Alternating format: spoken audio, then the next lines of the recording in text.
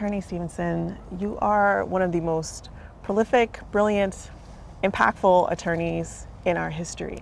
Thank you. But we're standing here at this lynching memorial that Equal Justice Initiative has founded.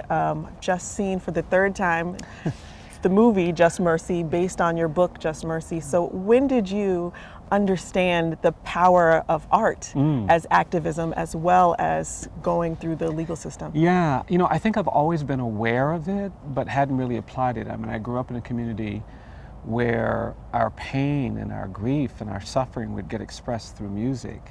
And I would listen to music. It was a safe place to retreat when you were trying to manage things and process things. But it's only recently that I've started thinking intentionally about how we have to use art to get people to engage. We used to put out reports, and then we started putting out calendars, and we used imagery.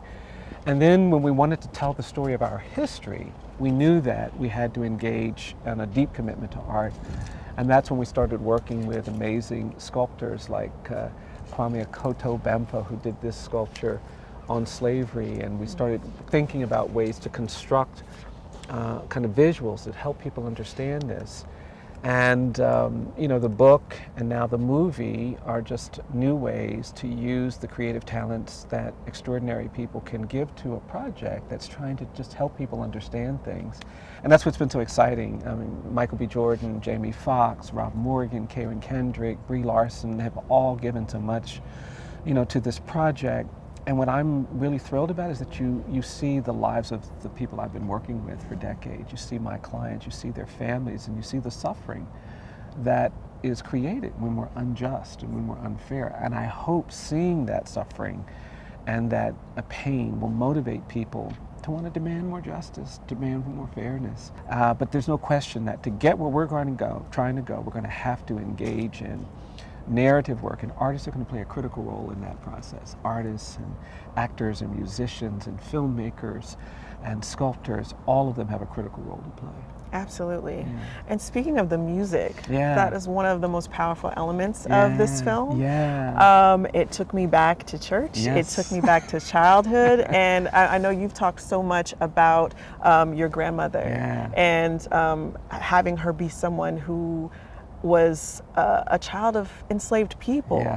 So how did your relationship with your grandmother shape the future that you would grow to have? Yeah, well, there's no question that, she was a real force in my life. And because she was the daughter of enslaved people, she had this way about her of coping. And she taught me that, you're going to have to stand up even when people say sit down. You're going to have to speak even when people say be quiet. And that orientation was very much the orientation that she nurtured within me. But music was an important part of it. I grew up playing in the church, and people would have a way of expressing grief and anguish and suffering through song that you just couldn't get to any other way. And when we started to talk about our work, we worked with these amazing artists.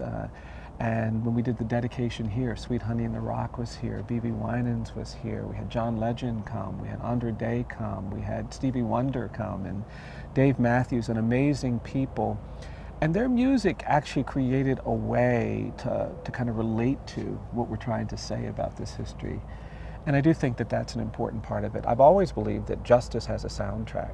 It wasn't just accidental that Dr. King would have Mahalia Jackson standing with him on the steps of the Lincoln Memorial when he gave the I Have a Dream speech. It wasn't accidental that people would sing We Shall Overcome when they were confronting brutality by police and dogs and fire hoses. It wasn't gratuitous that people would lift their voices to express their humanity and their aspirations and their resolve to overcome segregation.